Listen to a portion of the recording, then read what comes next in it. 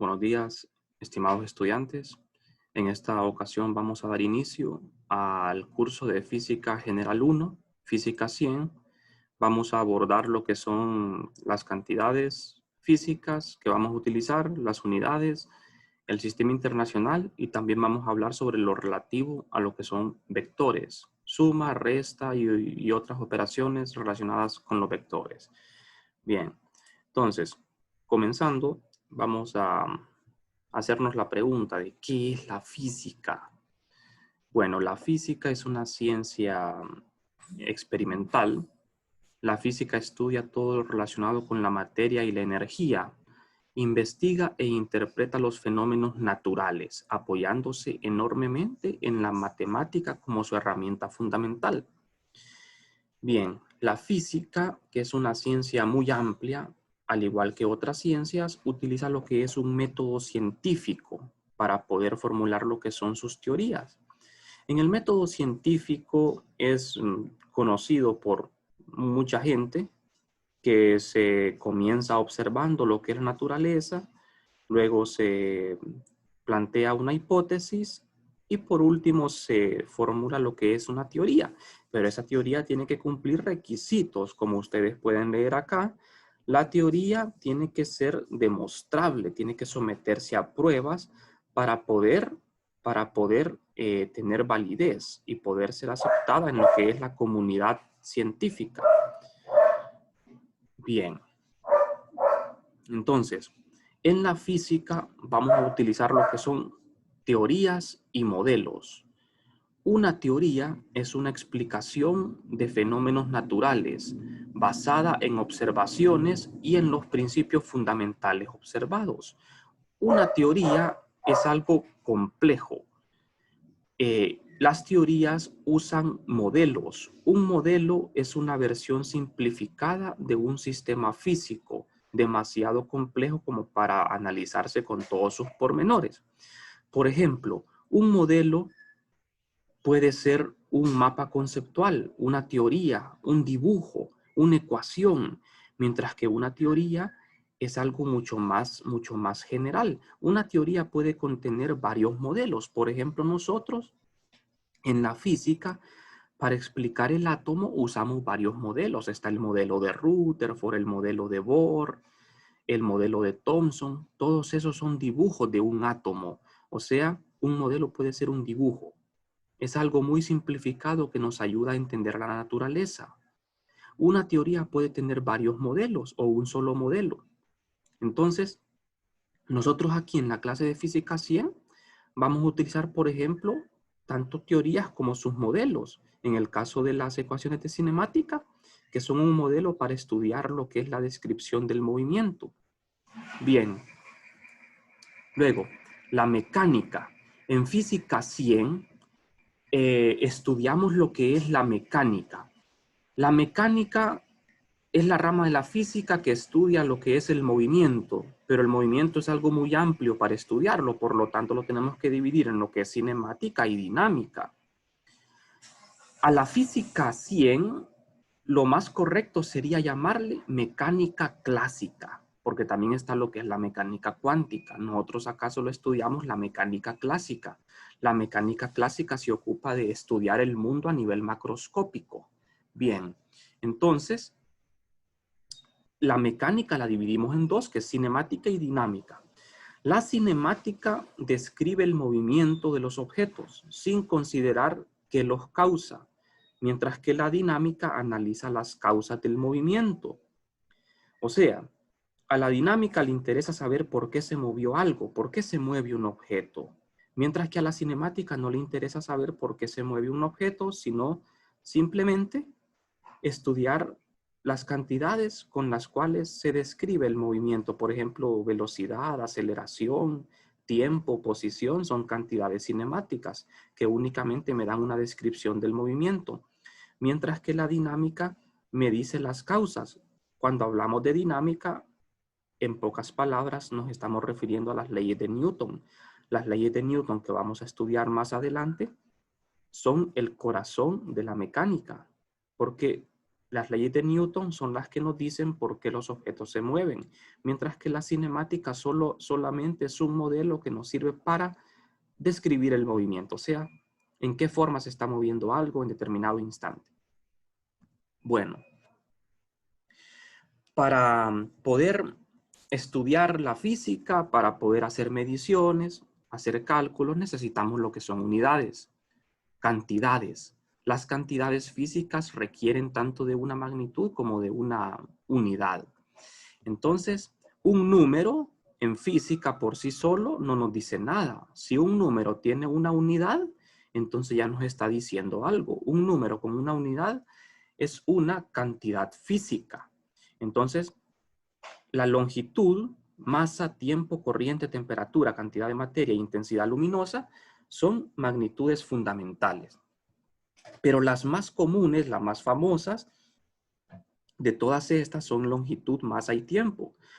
La longitud, masa y tiempo, generalmente le llamamos a estas tres cantidades, le llamamos MKS. MKS por la unidad que tiene, que es metro, kilogramo y segundo. Entonces la longitud la medimos en metros, masa kilogramos, tiempo en segundos, corriente en amperio, la temperatura en Kelvin, aunque en la vida cotidiana utilizamos el Celsius, grados Celsius, pero en ciencia se utiliza lo que es el Kelvin. La cantidad de materia, la unidad es el mol y la intensidad luminosa es la candela, aunque en física 100 las que más vamos a utilizar son el metro, el kilogramo y el segundo, o sea, el sistema MKS. Aquí cabe resaltar algo. Cuando uno va a emprender el estudio de la física, uno va a hacer mediciones, que es lo que se hace en física, uno necesita tener unidades, tener cantidades, las cantidades físicas y definir unas unidades. Estas unidades se definen, digamos que es muy subjetivo. Cualquiera de nosotros podría definir unidades. Una unidad es un estándar que se utiliza para comparar medidas. Por ejemplo, cuenta la leyenda, ¿verdad? De que un rey, el pie, por ejemplo, el pie de rey fue el pie de un rey que lo estableció se estableció el pie de un rey como la unidad de medida de distancia. Ustedes podrían inventarse una unidad de medida. Lo que sucede es que las unidades tienen que ser oficializadas. Y estas unidades son unidades oficiales que utilizan lo que es el sistema internacional. Toda la comunidad científica aceptó el sistema internacional como el sistema oficial. Entonces, vamos a ver. Retomando otra vez el sistema internacional de unidades, el metro, kilogramo y segundo, el MKS. Estas son las magnitudes fundamentales. Ahora, ¿cómo se mide? ¿Cómo se mide esto? Aquí voy a ser un poco breve porque estos son datos históricos que no van a ser tan relevantes para nosotros en nuestro estudio. El metro se sometió a varias modificaciones, pero lo último, ¿cómo medir un metro? ¿Qué es un metro? Si nos preguntaran qué es un metro. En 1983 se definió que la rapidez de la luz en el vacío era exactamente igual a esta cantidad. En kilómetros serían 299.792 kilómetros por segundo. Aquí está en metros por segundo. Entonces, así es como se define un metro, como la rapidez que recorre la luz en este tiempo. Porque recuerden que rapidez es distancia entre tiempo. Entonces, el metro, ¿qué distancia es? Distancia es rapidez por tiempo. Entonces, así queda definido el metro. Luego, la definición de kilogramo, que es un objeto que está en una oficina. Esto define lo que es un kilogramo. Luego el tiempo, que es el segundo, que también tiene una definición, pero como les digo, esto no va a ser tanto de nuestro interés. Ahora, lo que sí nos va a interesar mucho son las magnitudes compuestas. Por ejemplo, ya hablamos de las unidades fundamentales. Pero ¿qué pasa con otras unidades que vamos a utilizar? Por ejemplo, unidades de densidad, de velocidad, aceleración, de área y volumen. Estas son unidades compuestas. ¿Por qué son compuestas? Porque están en base a las unidades fundamentales. Por ejemplo, ¿cómo medimos distancia? La medimos en metros. Ahora, el área, que es largo por ancho, no es otra cosa más que metro por metro, que es metro al cuadrado. Volumen es metro al cubo. Entonces, estas unidades de área y volumen están en función de lo que es la unidad de longitud, que es el metro. Por eso son unidades compuestas. Bien, también lo es la densidad de masa. Densidad es masa sobre volumen. O sea, masa entre volumen es kilogramo entre metro cúbico. La velocidad es distancia sobre tiempo, es metro entre segundo. O sea, el metro y el segundo son unidades fundamentales y la velocidad queda en función de metro entre segundo. Entonces, es una unidad compuesta. Y así hay muchas más unidades que son compuestas. Bueno, también para facilitar nuestro estudio, vamos a hacer uso de prefijos de unidades. Recuerden que cuando nosotros estudiamos física, hacemos mediciones y muchas veces vamos a trabajar con números que son bastante grandes. Entonces, para evitarnos el trabajo de estar escribiendo números tan grandes que a veces ni nos caben en una página, entonces para eso vamos a hacer uso de notación científica. Vamos a usar prefijos para para nombrar esos números. O sea, un prefijo no es más que un nombre que le damos a un número, ya sea pequeño o grande. Entonces, hay números que son muy pequeñitos y números que son muy grandes. Por ejemplo, tenemos un sistema que tiene base 10 elevado a una potencia. Ustedes se fijan que todos estos números son de base 10 elevado a una potencia. Entonces vamos a usar un prefijo y un símbolo para el prefijo. Por ejemplo, 10 a la 0 es 1. Cualquier número elevado a la 0 es 1. 10 a la menos 1. 10 a la menos 1 es 1 dividido entre 10. Eso es 0.1. En vez de escribir 0.1, podemos escribir 10 a la menos 1 y a esto le llamamos deci. El prefijo es deci y su símbolo es una D minúscula. 10 a la menos 2, 0.01, le llamamos centi, su prefijo es una C minúscula. Luego está el mili, 0.001, y su símbolo es una M. Entonces, es muy común que, por ejemplo, en el examen, en los problemas de los libros, a ustedes les aparezca una densidad o cualquier otra cantidad física multiplicado por una M o por una mu. Este símbolo es mu, se lee mu. Entonces, cuando ustedes tengan una unidad multiplicada por estos símbolos, acuérdense que estos símbolos representan a estas potencias. Por ejemplo, la M, un 10 a la menos 3, significa que, por ejemplo, si yo les digo, tengo 5.4 milisegundos. 5.4 milisegundos sería 5.4 multiplicado por 10 a la menos 3. Entonces, para no escribir tanto, nosotros lo abreviamos simplemente usando estos símbolos.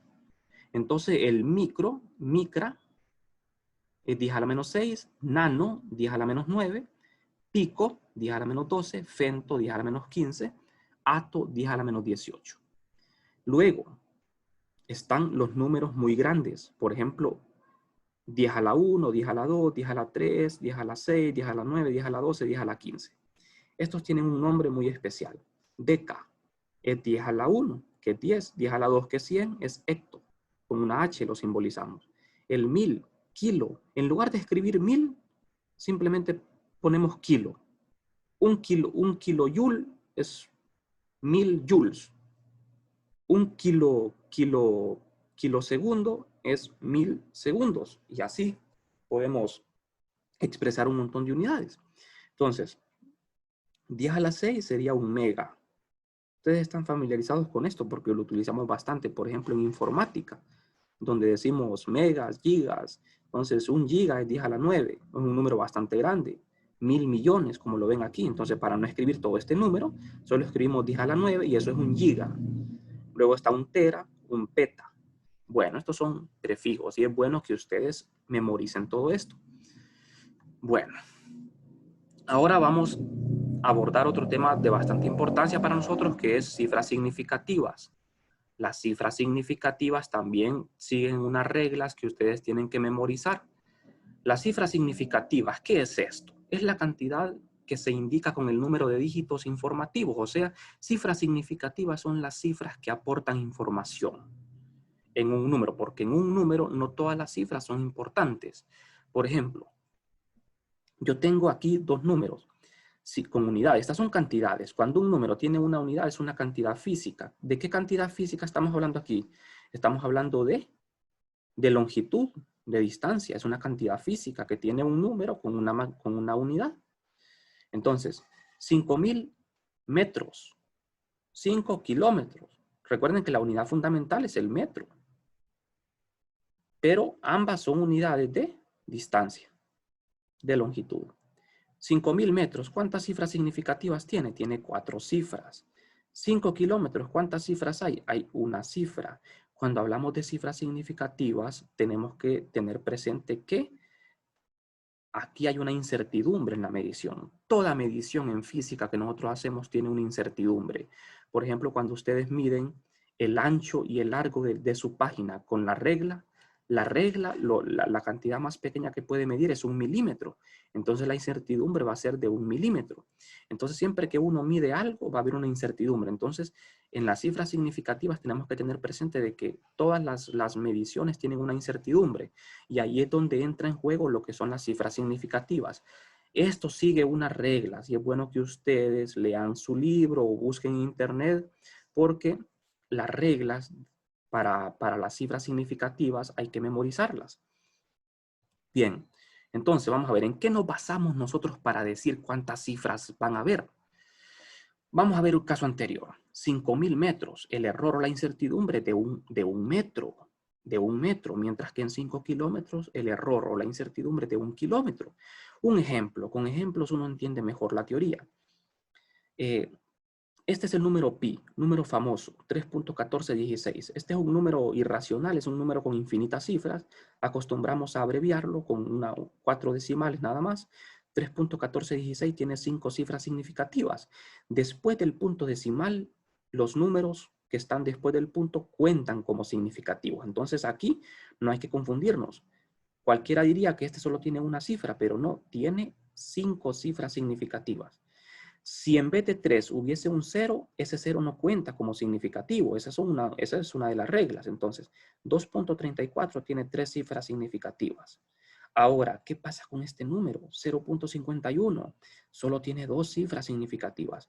Porque la regla nos dice, si después del punto, el número que está antes del punto decimal es un 0, ese 0 no cuenta como cifra significativa. Si el número que está antes del punto decimal es distinto de 0, sí cuenta como cifra significativa. Entonces, este número solo tiene 2 cifras significativas. Entonces, esa es una de las reglas. Ahora bien, cuando hacemos operaciones, ¿qué va a pasar con las operaciones? Por ejemplo, multiplicación, división, suma o resta. Aquí también hay unas reglas que tienen que memorizar. Cuando yo multiplico números, la cantidad de cifras significativas tiene que ser la cantidad que tiene el número con el menor número de cifras significativas. Ejemplo, cuando yo hago esta operación, el resultado es esto. Pero de estos 3 números que tengo aquí, ¿cuál es el número que tiene menos cifras significativas? Es el tercer número, es este, 0.58, solo tiene 2 cifras. Este solo tiene 3 cifras, este solo tiene 5 cifras. Entonces, el número que tiene menos es este, el último, tiene 2 cifras. Entonces, en el resultado voy a involucrar solo 2 cifras significativas, 4.2, pero aquí podemos redondear. La regla que usamos para redondear es que, por ejemplo, como solo tengo que usar 2 cifras, 4.2, entonces como después del 2, el número que sigue es mayor que 5, entonces puedo redondear el 2 a 3. Esa es la regla que vamos a seguir. Luego, cuando sumemos y restemos, ¿cuál va a ser la regla? Lo mismo. El número que tiene menos cifras significativas, o sea, después del punto decimal. Vamos a ver, después del punto decimal, aquí hay una cifra y aquí después del punto decimal hay 2 cifras. Entonces, cuando nosotros hacemos la suma, en el resultado vamos a involucrar solo la cantidad de decimales que hay en el número con el menor número de decimales. O sea, de estos 2 números que estoy sumando, el 8.9 solo tiene una cifra después del punto decimal. Entonces, en el resultado, yo voy a agarrar solo una cifra después del punto decimal. Por lo tanto, el resultado va a tener 4 cifras significativas. 4 cifras significativas. Esas son reglas que no debemos de olvidar a la hora de multiplicar, de dividir o de sumar y restar números. Bien. Ahora vamos a caer a uno de los temas más importantes para la física 100, que son vectores. Esta es la base para entender lo que sigue. Ustedes tienen que saber todo lo relativo a vectores, sumar, restar vectores. Muy importante. Cómo representar vectores también. ¿Qué es un vector? Los vectores son magnitudes físicas. Ahora bien, los vectores tienen que tener magnitud y dirección.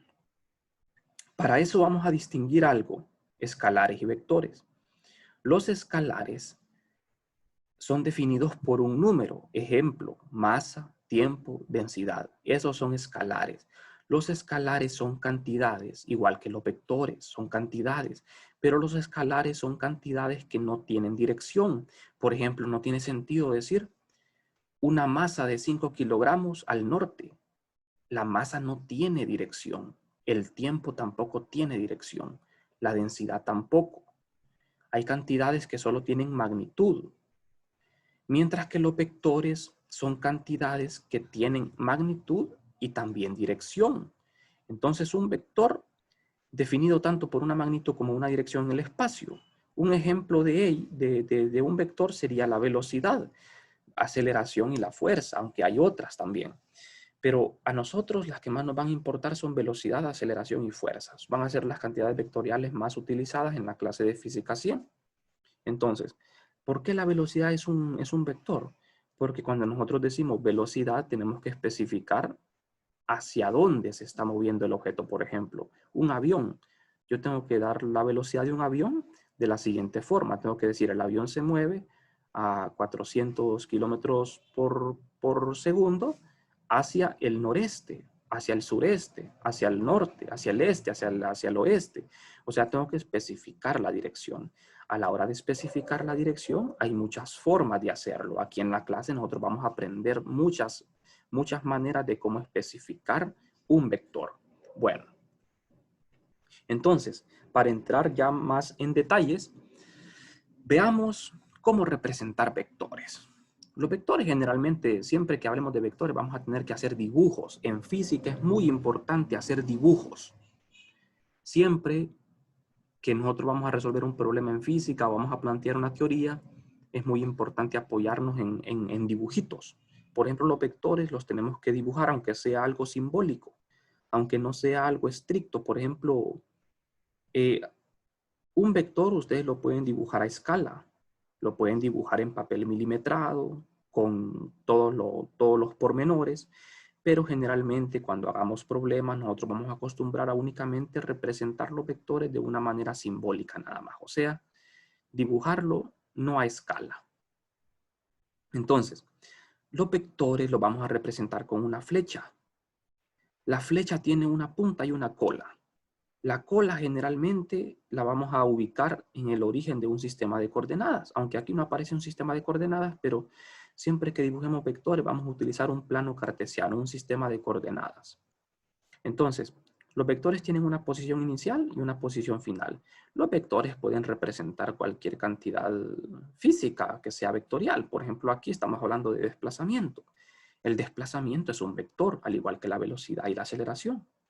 Entonces, estos vectores, por ejemplo, a los vectores les vamos a poner un nombre. Siempre que hagamos vectores, dibujos, vamos a ponerles un nombre. Aquí, por ejemplo, a este vector le estamos llamando el vector A. Y a los vectores le vamos a colocar una flecha encima, a diferencia de los escalares. Cuando hagamos escalares, no le vamos a colocar la flecha encima. Siempre que le pongamos la flechita, significa que esta es una cantidad vectorial. Vectorial. Bien, entonces aquí tengo dos vectores, el vector A y el A'. A esta coma encima, como que fuera un apóstrofo, le llamamos una A', así se le llama en física, A'. Entonces el vector A y el vector A', aquí podemos ver que son iguales, tanto en magnitud como en dirección. Son iguales, apuntan en la misma dirección y ambos tienen la misma magnitud. Entonces, los desplazamientos A y A' son iguales porque tienen la misma longitud y misma dirección. Ahora, el vector B, que es igual a menos A. ¿Por qué igual a menos A? El signo menos significa que estamos invirtiendo la dirección de A. El vector B apunta en dirección opuesta. Es igual en magnitud, pero en dirección opuesta a la dirección de A. Entonces, el desplazamiento de B tiene la misma magnitud que A, pero dirección opuesta. B es el negativo del vector A. Bueno, ahora bien, los vectores representan cantidades físicas. Cuando nosotros, por ejemplo, analicemos el movimiento de un objeto, por ejemplo, un carro, cuando un carro va en marcha, los carros sufren varios cambios. Por ejemplo, un carro se mueve al norte, después se mueve al noreste, después puede moverse al sur, de manera que el carro comienza en un punto y termina en otro punto. Y si nosotros trazamos una flecha desde el punto donde comenzó a moverse hasta el punto donde terminó de moverse, ese sería el vector desplazamiento que estaría representado por el vector azul. Y estos vectores café representarían los cambios que sufrió en el movimiento. Por ejemplo, estos vectorcitos café, A y B, son dos vectores de desplazamiento, pero el desplazamiento total o resultante es el desplazamiento C, que es la suma A más B. Aquí estamos sumando dos vectores. Cuando nosotros sumemos dos vectores, lo que vamos a hacer es colocar la cola de un vector en la punta del otro. El orden aquí no importa. Fíjense bien, lo puedo sumar así también. Colocando el vector B al inicio y la cola de A en la punta de B. Luego trazo una resultante, lo pueden hacer con una regla y el resultado va a ser el mismo. Aquí estamos usando el método, le llaman de punta a cola, método de punta a cola. Y con este método se pueden sumar cualquier cantidad de vectores. Claro que cuando hagamos esto, lo que vamos a hacer es ubicar en el plano cartesiano los vectores. Y generalmente en el origen del sistema se coloca la cola de uno de los vectores. Por ejemplo, si yo quiero dibujar esto ya más formalmente, tengo que dibujar un plano cartesiano con el origen en la cola en A y otro plano cartesiano con el origen en la cola de B. Porque nosotros vamos a descomponer vectores, pero eso lo vamos a ver más en detalle cuando hagamos ejercicios. Ahora, también podemos sumar vectores construyendo un paralelogramo. Un paralelogramo puede ser un rectángulo, una figura geométrica que tiene varios lados, es un paralelogramo. Entonces aquí, este es otro método. Y este método nosotros lo vamos a emplear bastante, el método del paralelogramo. El método del paralelogramo tiene una ventaja, que todos los vectores se colocan en el origen. No tienen que estar poniendo varios orígenes. Todos los vectores van con su cola en el mismo origen. Entonces, para usar el método del paralelogramo, yo utilizo un sistema cartesiano, pongo todos los vectorcitos que voy a sumar en el origen y luego trazamos una recta paralela a cada uno de los vectores. Por ejemplo, esta recta punteada es paralela al vector B. Esta recta punteada es paralela al vector A. Y luego, ¿qué hago? Trazo una diagonal en este rectángulo. Trazamos la diagonal y esta diagonal es la resultante de los desplazamientos A y B. Esta resultante es esta misma resultante, pero obtenida con el método del paralelogramo. O sea que para sumar vectores y restar vectores hay varios métodos. Haya uno, ¿cuál prefiere? Ahora bien, en la física nosotros vamos a acostumbrar en todos los problemas a descomponer vectores. Estos métodos de suma de triángulo y del paralelogramo, en la clase teórica casi no lo vamos a emplear. El que sí vamos a emplear es el método de componente de un vector. El método de componente de un vector me va a servir para sumar vectores de una manera mucho más eficiente. O sea, a esto se le llama un método analítico. Analítico significa que yo voy a hacer cálculos. Estos métodos son métodos gráficos. Son métodos donde ustedes tienen que dibujar. Pero en este método de las componentes, el dibujo no es tan importante. Lo importante es la matemática, es el cálculo que se va a hacer. Entonces, cuando yo tenga un vector, yo voy a utilizar un sistema de coordenadas cartesianas. El origen va a coincidir con la cola del vector. Luego, voy a dibujar dos componentes del vector A. Una componente X y una componente Y. Estas componentes van a tener una expresión matemática, como lo ven acá. La componente X se usa trigonometría. Trazamos un ángulo medido desde el eje X hasta el vector. Este ángulo es teta. Entonces, utilizamos trigonometría. Esta componente X la obtengo mediante la relación coseno. El coseno del ángulo es lado adyacente entre hipotenusa.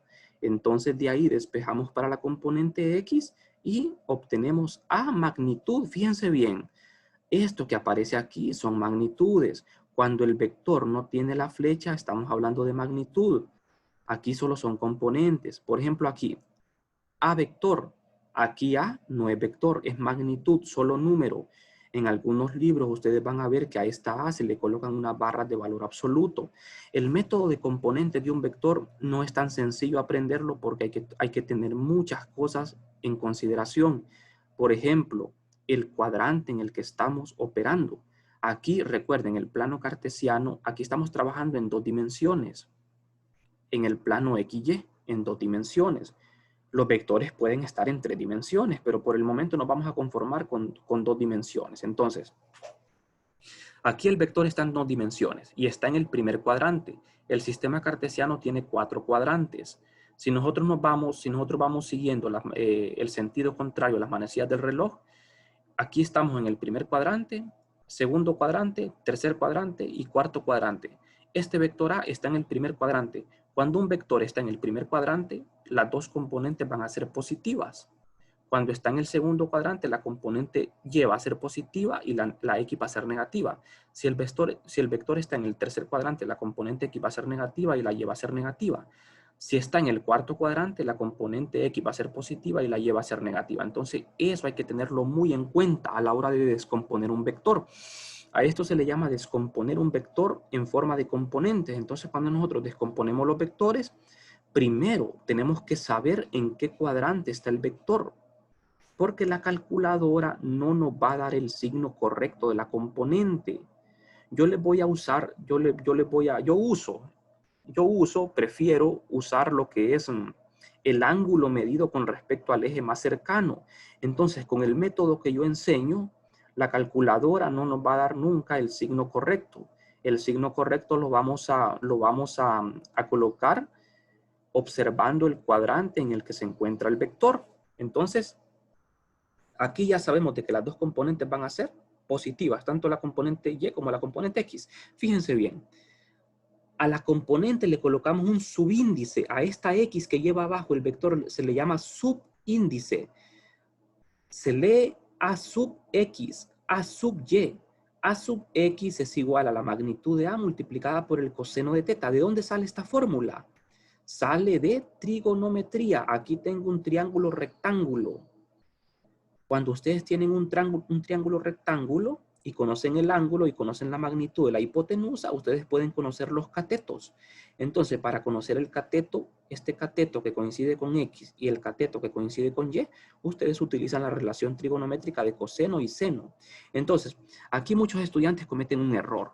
Se aprenden de memoria esto. Yo no les aconsejo aprendérselo de memoria, porque a veces la componente X va a llevar un seno y a veces la componente Y va a llevar un coseno. ¿Por qué? Porque en muchas situaciones el ángulo se mide respecto al eje Y, pero lo más común es medir el ángulo respecto al eje X. Entonces ahí hay que estar muy atentos, porque recuerden, por eso es que las bases matemáticas son tan importantes. Aquí estamos haciendo uso de trigonometría. Usted para descomponer el vector va a hacer uso de trigonometría. Entonces, no le aconsejo que se aprenda de memoria estas formulitas. Le aconsejo que sepa usar bien la trigonometría, porque con el ángulo que se le dé en el problema, usted va a descomponer el vector. Entonces, si este ángulo θ fuese con respecto al eje Y, en lugar de X, entonces la componente X sería un seno y la componente Y sería un coseno. Entonces, hay que estar muy atentos en ese aspecto. Bueno, los vectores unitarios.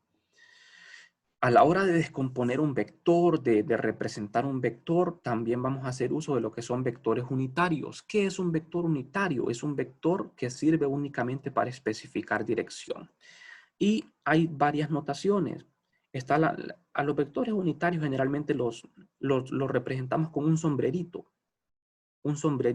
y con un sombrerito, y J con un sombrerito. El vector unitario en la dirección de X es una Y con un sombrero. Y el vector unitario en la dirección de Y es una J con un sombrero. Para X usamos una Y y para Y usamos una J. Y para Z usamos una K. Pero aquí no aparece Z porque estamos en 2 dimensiones.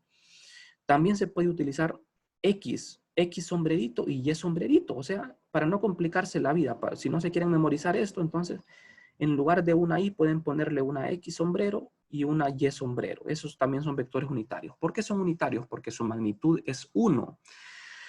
La magnitud de un vector se obtiene elevando al cuadrado a dicho vector. Con el teorema de Pitágoras podemos sacar las magnitudes de los vectores. La magnitud de un vector unitario siempre va a ser 1. Y estos sirven únicamente para especificar la dirección. Entonces, yo puedo representar, una vez que yo descompongo un vector, yo el vector lo puedo representar en 2 maneras, en forma de componentes o en forma de magnitud ángulo. O sea, recuerden bien esto, un vector lo puedo especificar de 2 formas, en forma de magnitud ángulo o en forma de componentes. Digamos que las 2 formas son igual importantes. Eso depende de lo que el problema le pida a uno. A veces le van a pedir magnitud ángulo, a veces le van a pedir que exprese el vector en forma de componentes. ¿Cómo se expresa un vector en forma de componentes? Así como lo ven acá. Este vector A tiene componente X en la dirección de Y, o sea, de X. Y una componente Y en la dirección de J unitario, o sea, en la dirección de Y. Así hemos representado un vector en forma de componentes, que también lo pudimos haber hecho en forma de magnitud y ángulo. En vez de escribirlo en forma de componente, yo pude haber dicho, la magnitud de este vector es tanto y su ángulo es tanto con respecto al eje X. Eso lo vamos a ir aprendiendo mejor a medida que hagamos problemas. Bien. Ahora bien, a veces las cosas se complican. ¿Qué pasa si yo tengo más de un vector y quiero descomponer esos 2 vectores y luego sumarlos? Entonces lo que tengo que hacer aquí es colocar los vectores en el sistema de coordenadas. El vector A tiene su cola en el origen, luego el vector B tiene su cola en la punta del vector A. Y la resultante es este vector azul. Ahora bien, aquí vamos a usar el método analítico. El método analítico es el método de componentes, que vamos a hacer cálculos en vez de usar el método gráfico, que solo es dibujar. En el laboratorio les van a enseñar a usar el método gráficos, pero aquí vamos a usar métodos analíticos, o sea, descomponer vectores con senos y cosenos. Entonces, para sacar la resultante con el método de componentes, primero descomponemos el vector A, luego descomponemos el vector B y luego hacemos una suma de las componentes respectivas. Por ejemplo, R es el vector resultante, pero antes de hacer la suma yo tengo que haber descompuesto el vector A y B. Luego se suma a X con BX, a Y con BY y eso nos va a dar una componente Rx y una componente Ry, bastante fácil. Esto lo tienen que ustedes que memorizar, cómo hacer este procedimiento, para luego emplearlo en lo que son la resolución de problemas. Bueno, ya vamos a concluir con esta parte de los vectores. Nos quedaría pendiente hacer problemas.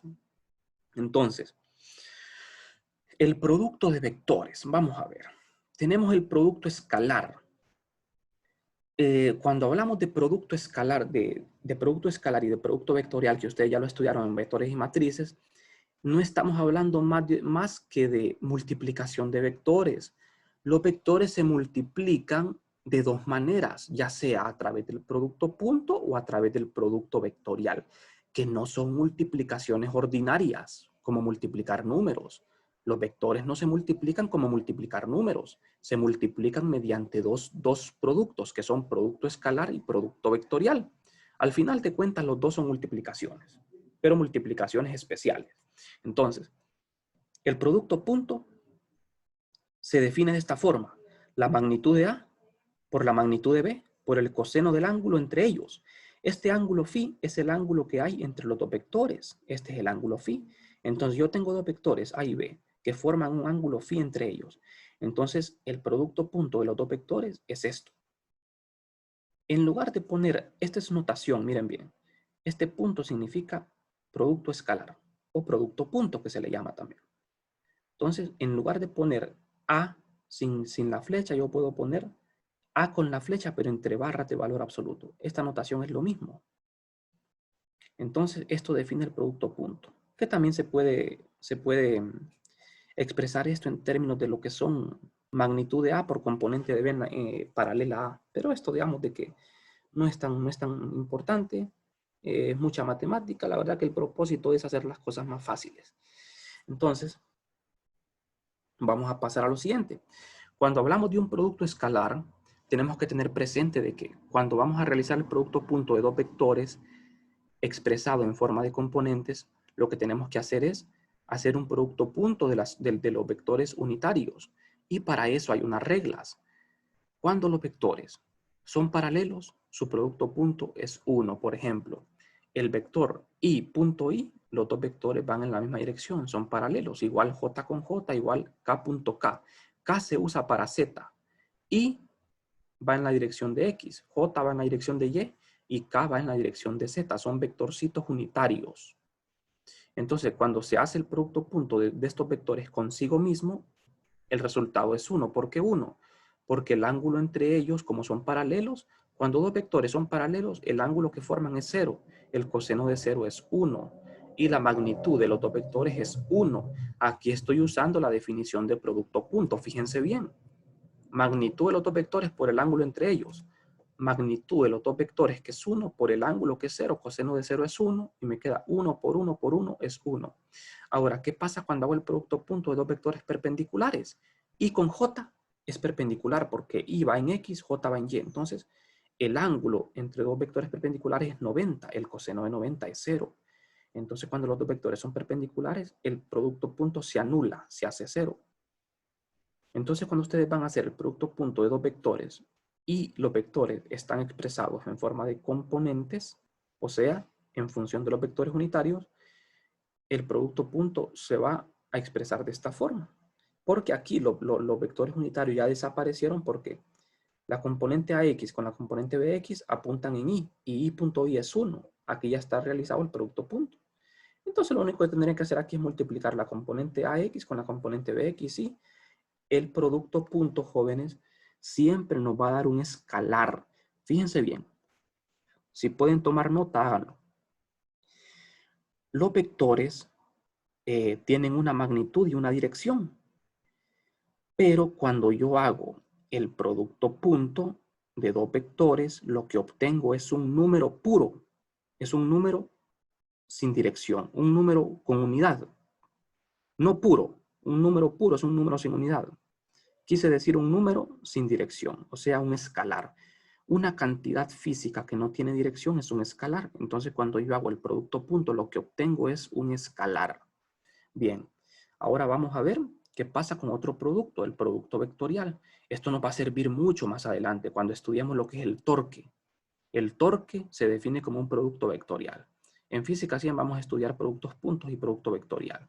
El producto punto nos va a servir cuando estudiemos trabajo y el producto vectorial cuando estudiemos torque. Entonces, el producto vectorial de dos vectores solo se define en 3 dimensiones, a diferencia del producto punto. El producto punto lo pueden definir en 2 dimensiones, en 3 dimensiones, pero el producto vectorial solamente en 3 dimensiones.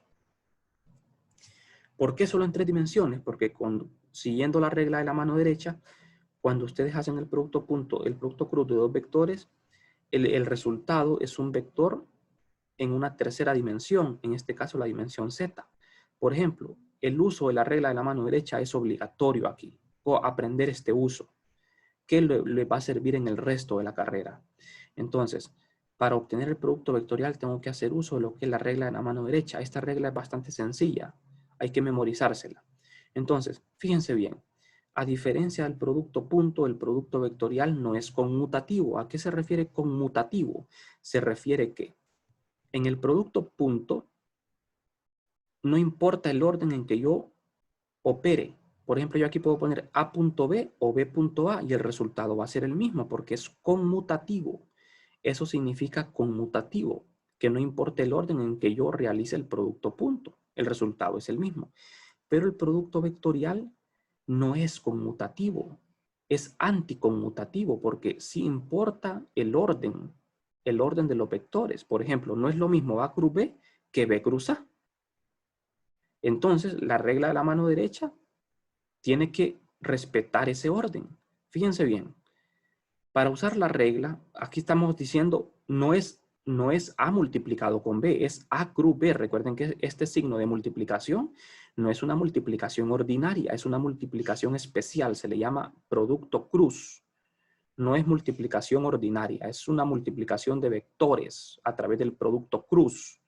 Entonces se usa la regla de la mano derecha. ¿Qué hago yo para aplicar la regla? Como su nombre lo sugiere, se usa la regla de la mano derecha. O sea que esto no aplica para izquierdos, para zurdos. Se tiene que usar solo la regla de la mano derecha. Entonces, ustedes con su mano derecha, con los 4 dedos de su mano, agarran el primer vector. O sea, ponen sus 4 dedos en la dirección del primer vector que aparece aquí, que es A.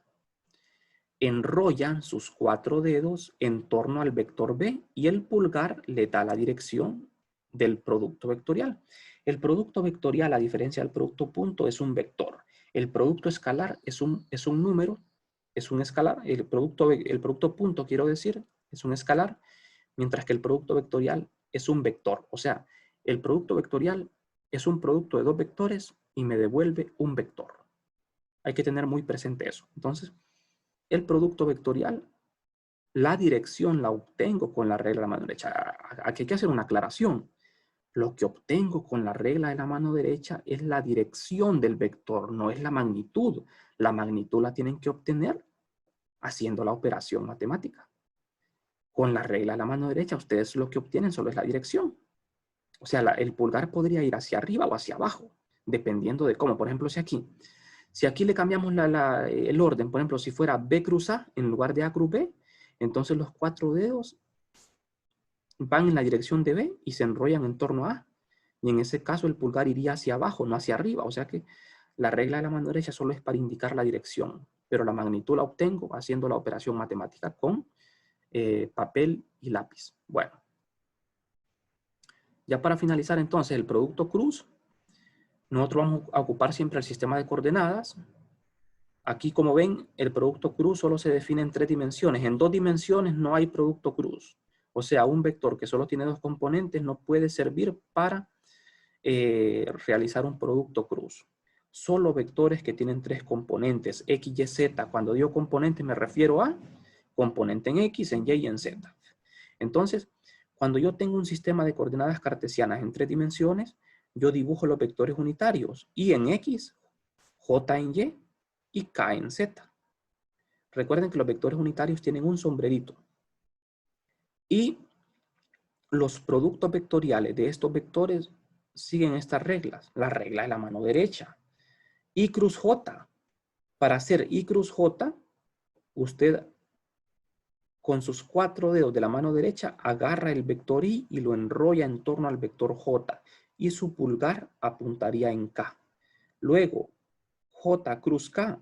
Los 4 dedos de la mano derecha agarran al vector J y se enrollan en torno al vector K y su pulgar apuntaría en I. Y así también para K cruz I. Con sus 4 dedos agarran el vector K y lo enrollan en torno a I y su pulgar va en J. Entonces, la regla de la mano derecha me sirve para obtener las direcciones. Bueno, cuando los vectores son paralelos, o sea, I cruz I es 0. ¿Por qué 0? Porque por definición de producto vectorial, A por B por seno de phi, en vez de coseno va un seno en la definición. El seno de 0 es 0. Entonces, por eso, estos productos vectoriales se hacen 0.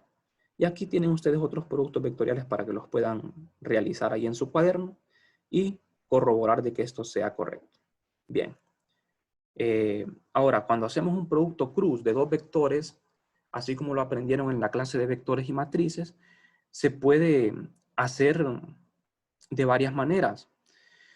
Una manera bastante fácil de hacer un producto vectorial es haciendo uso de lo que es el determinante. Ustedes ya saben lo que es un determinante. Entonces, lo que se hace es lo siguiente. A cruz B, tengo una matriz de 3 por 3. En el primer renglón, el primer renglón de la matriz colocamos los vectores unitarios I, J, K, siempre en este orden.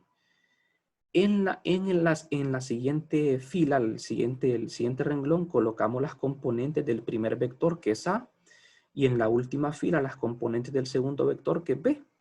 Y luego calculamos el determinante como ya lo aprendieron en vectores y matrices. Aquí no hay nada nuevo para ustedes.